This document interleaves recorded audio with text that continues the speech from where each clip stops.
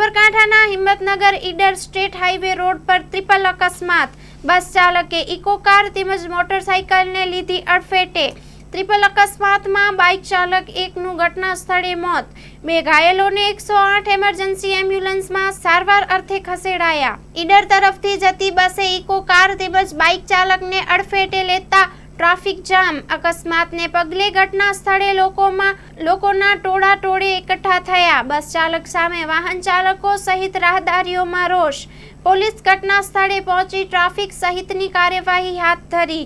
મૃતકની લાશને PM અર્થે ખસેડવામાં તજવીજ હાથ ધરાઈ। શું તમને ખબર છે ડેન્ગ્યુ તાવ એડિસ ઇજિપ્તી મચ્છરો દ્વારા ફેલાય છે। એડિસ ઇજિપ્તી મચ્છર દિવસે કરડે છે। આ મચ્છર ઘરમાં જમા થયેલ પાણીમાં ઉત્પન્ન થાય છે। આ મચ્છર ઉત્પન્ન ના થાય એના માટે શું કરવું જોઈએ? દર રવિવારે માત્ર 10 મિનિટ ફાળવીએ અને મચ્છરોને ઉત્પન્ન થતા અટકાવીએ। આપણા ઘરની અંદર તેમજ આસપાસના 10 મીટરના વિસ્તારમાં રહેલા ઉપયોગમાં લેવાતા પાણીના પાત્રોને હવાચુસ્ત ઢાંકણથી બંધ કરીએ। જેની જરૂર ના હોય એવા બિન ઉપયોગી સંગ્રહ કરેલા પાણીનો નિકાલ કરીએ। એટલું જ નહીં, આ બાબતની માહિતી આપણે આપણા આસપાસના 10 લોકોને આપી આપણા શેરી અને મહોલ્લાને મચ્છરજન્ય રોગચાળાથી બચાવીએ।